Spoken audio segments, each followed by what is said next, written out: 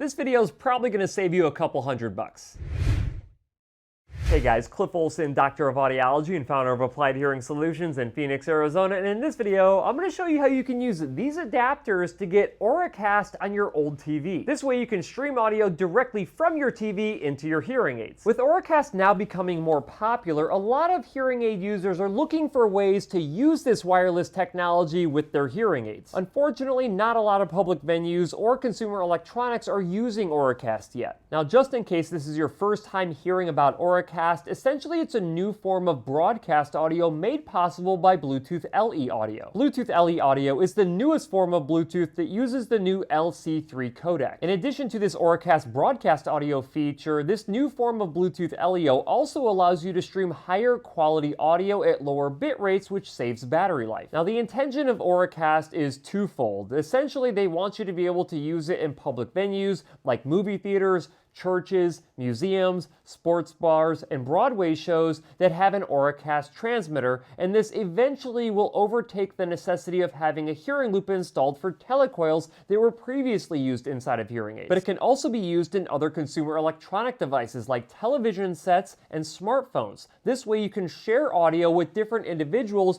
who have Auracast-enabled earbuds or hearing aids. Now, I do have other videos talking about Auracast in public venues, so if you want to check out those videos, I'll link them in the description for you. But in this video, I want to show you how you can use accessories like the Avantree Audikast 4 and Audikast 4HA to take the audio from your TV and send it directly into your hearing aids that are Auracast enabled. This way you'll be able to hear the dialogue on your favorite TV shows substantially better than just listening to the TV speakers or a soundbar. But before I do me a huge favor, click the like button. It really helps out my channel. And if you are not yet subscribed to the channel with notifications turned on, go ahead and do that as well. It's greatly appreciated. And let me know down in the comments section if you have hearing aids already, but you still continue to struggle understanding the TV. Okay, so some TVs already have Auracast built inside of them. This typically will be a television that was manufactured in 2025. But not all TVs that were made in 2025 will have Auracast inside of them. This is definitely something that you'll want to look into before purchasing a new TV if you're looking for this particular feature. If your TV does have Auracast inside of it already, then these accessories are completely pointless and you would not want to purchase them. However, if you have an older TV like I do, these are great accessories to take your old TV and convert it into one that's compatible with your Auracast-enabled hearing aids. Technically, the Audikast 4 and Audikast 4HA are different products. The Audikast 4 is intended for a wide range of different earbuds, headphones, and hearing aids for Auracast compatibility, but the Audikast 4HA is specifically designed for hearing aids, although I will say that I have a variety of different Auracast-enabled earbuds and they all work with this one as well. Now, the Audikast 4 retails for around $65, and the Audikast 4HA retails for around $80. So the hearing aid version of this actually costs you about $15 more. Now, if you want to check out these devices for yourself, I will have links to them down in the description of the video. Now, the company admits that they actually made the Audikast 4HA to be much more streamlined for hearing aids to keep that connection more simple. That being said, both of them are incredibly easy to use, and I was also able to use the Audikast 4 with my hearing aids, and I am not able to tell an audio quality difference of either of these. It is important to note that if you're worried about anyone else watching TV with you and them having good sound quality, you can still use a soundbar, you can still just use the regular TV speakers. When you use one of these, it does not interfere with anyone else's ability to hear and understand the TV while you're streaming. That being said, if you do have a soundbar hooked up to your TV, if it's hooked up into the optical audio port of your TV, you'll want to either purchase a splitter because this one uses the optical port as well, or if you have a soundbar that uses the ARC HDMI port, you can use that separately while you have this one plugged into your optical port. All right, so what do you get when you actually purchase one of these? Well, of course, you get the transmitters themselves, but you also get one of these, which is a 3.5 millimeter headphone jack for the auxiliary connection. You have one of these, which is a USB power cable. It uses USB-C that plugs into the back of the unit and a regular USB-A that plugs into the back of your TV to give the unit power. And then you have one of these, which is your TOSLINK cable. This is the optical audio port cable. One of them goes into the back of the adapter here, or the transmitter here. The other one goes into the back of your TV. Now the TOSLINK cable and the 3.5 millimeter headphone cable, those are mutually exclusive. You only need to use one of them. I prefer to use the optical cable on my TV. But if you have a really old TV that does not have an optical port and you cannot use the TOSLINK cable, then you'll want to make sure that you use the 3.5 millimeter headphone jack cable. So both of these units look very similar to each other. Let me get them up on camera so I can kind of describe what we're looking at here. So first and foremost, as you can see, a lot of it is the same. They have the same volume adjustment there. On the very back, you can see they have the same connections for the optical port. You've got the auxiliary port and the power port. They both have their antennas. The Audikast 4HA has more of a gray metallic color, while the 4 has more of a black color. And then back to the top of them here, they both have an Auracast button, and you can see that the Audikast 4 has one in black and the Audikast 4HA has one in white. You can also see that you have more selections for Auracast on the Audikast 4. It has both a hearing aid and headphone selection. Other than that, as you can see, both of these units are very similar to each other. Now these do come ready to go. I mean, you just basically plug them into the back of your TV, give them power, turn them on, and then you can start streaming almost immediately. But they also have the ability to do firmware updates. I do recommend that you go to Avantree's website and you download the Avantree firmware updater onto your computer and look to see if these have an update, and you can also customize the settings of these a little bit further. So once you download the firmware updater, plug your Audikast into your computer using the USB cable. You can check for updates and install an update if one's available. This only takes a few minutes. Then if you go to the advanced menu in the updater, you can change the settings of your transmitter. For audio mode, you'll want to leave it on hearing aid compatible. You could switch this to high quality, but this changes the sampling rate of the signal to one that would not be compatible with your hearing aids, unless your hearing aid app can readjust the sampling rate back down, which basically just cancels out you switching it to high quality mode. As you can see, you can customize the broadcast name instead of just leaving it the name of the generic transmitter. You can also leave the encryption on public if you do not want to password protect your audio. However, because this is on your personal TV, unless you want your neighbor to tune into your TV audio without you knowing, I would recommend switching this to encrypted and create a simple passcode that you can enter when you initiate the streaming. Once you're done with this, you can just close out of the updater, and you shouldn't really have to go back into the updater very often. All right, so now that we have these transmitters updated and customized in terms of the settings, let me show you how you actually connect them to your TV. Now, I'll just show you this really quick here. So when you're inserting the optical cable or the TOSLINK cable into the optical port, that's where you plug it into. But like I said, you also want to make sure that you plug in the power cable. And so this is ideally how you have these plugged in to the back of your unit, and it's identical between the Audikast 4 and Audikast 4HA. Now let me show you how you actually plug these into the back of your TV. All right, so on the back of the TV, we have to identify two different things. We need to find a USB port for power, and we have to find the optical audio out port for the audio from the TV. So we have these both on the back of our TV set here. If you do not have an extra USB port for power, you can also plug the power cable into the wall.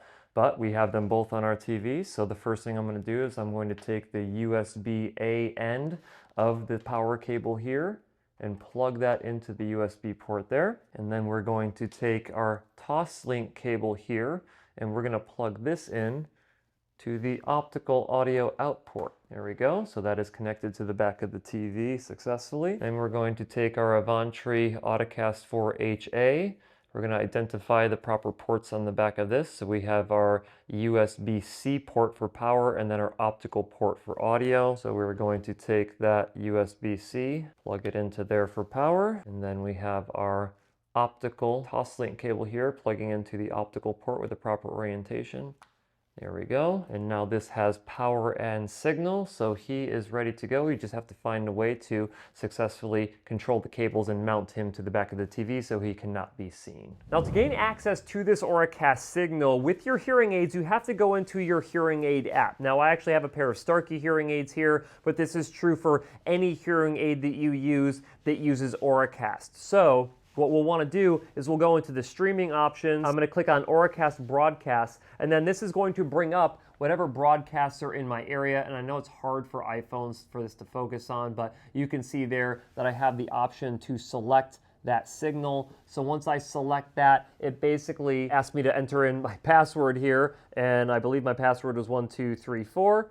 I click on join, and now that is actually joining to that Auracast broadcast. Now, some hearing aid apps will let you customize the audio further. If you want to do that, go right ahead. But then when you're done with that broadcast and you want to exit, you basically just hit the stop button. That terminates the broadcast. Like I said, this is a little bit different for all of the hearing aid manufacturers, but they are all very similar. Now, there may be a few reasons that your hearing aids are not receiving a signal if you've done all of this setup. And the first reason is that sometimes your TV, you have to activate the optical port to make sure that you can send audio through it. And if you don't do that, then you're going to run into issues. So make sure that you go to the audio settings of your TV. And if you need to activate your optical port, go ahead and do that. Second, you may have the streaming volume of your transmitter box set too low. So go ahead and click on the plus button here to increase that audio. Or when you have it active on your phone, if you don't have the streaming volume set high enough, you may not perceive it. And third, if you do not have a good signal going into the Audikast transmitter, you will see a flashing light right there. You want that light to be solid lit up. That lets you know that you're actually getting audio from the TV. If this happens, you're going to want to check the TOSLINK cable to make sure that the cable is actually working, or that you have it fully plugged in all the way to the back of your TV and the back of your transmitter. I will say that I do have one TV in my house that I cannot get this to work no matter what I do, but my other TV, it works perfectly. If you continue to run into issues, you can go to the Avantree website and submit a service ticket. Okay, so what are my overall thoughts of the Avantree Audikast 4 and Audikast 4HA transmitters? Well, first and foremost,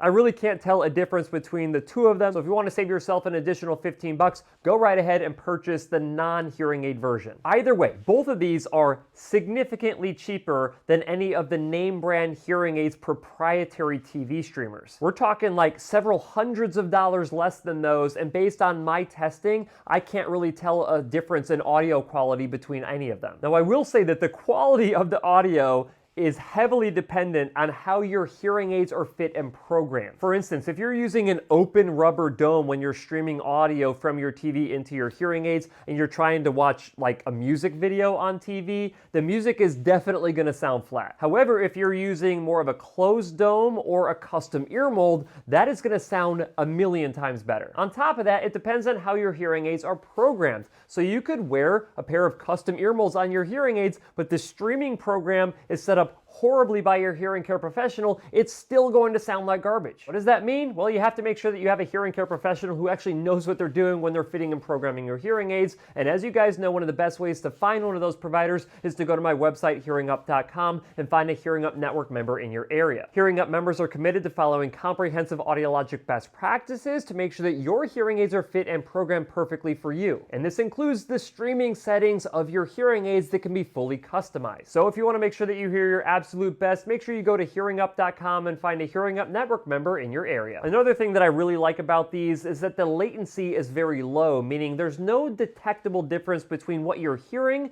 and the mouth movements of the person who's speaking on the TV. When you begin using an accessory like these to stream audio from your TV into your hearing aids, you start to realize that you don't really need the closed captions on the TV anymore. On top of that, if you're a big fan of these like movies on Lifetime where they have music playing the entire time that people are talking and it would typically distract you from what someone is saying, that is no longer an issue when you're doing direct audio from your TV using Auracast. Now, there are a few things that I don't like about these transmitters, and the first one is I have no clue how to set this up with one of my TVs and actually make it work. I know that I'm getting audio in the optical port. I've checked everything I can possibly check, but it just will not work on one of my TVs, even though it worked perfectly on my other TV with no necessity of doing any type of troubleshooting. The only other issue that I really have with these is that if you run into any issues with them, and yes, I know you can submit a ticket on Avantree, but your hearing care professional is not going to work with you in most cases with these devices if they did not dispense them to you. Now, that is not true of all hearing care professionals, but there's a lot of hearing care professionals out there who are going to look at you cross-eyed when you say that you got